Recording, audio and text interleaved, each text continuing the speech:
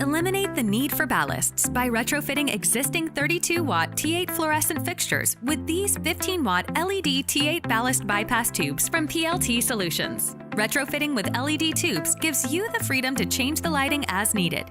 You can easily swap out tubes to adjust the light output and Kelvin without having to completely replace the fixture.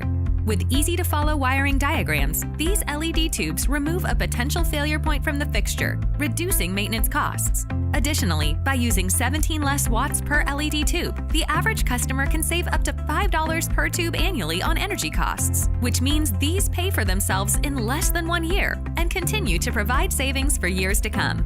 Available from 3,500 to 5,000 Kelvin, these tubes produce up to 1,800 lumens. The frosted glass lens diffuses the light for even illumination with reduced glare. Industry compliances includes UL, DLC, FCC, ROHS, and these lamps meet NSF requirements for food service applications.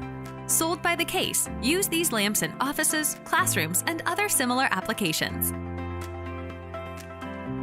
For more information or to find a distributor, visit pltsolutions.com.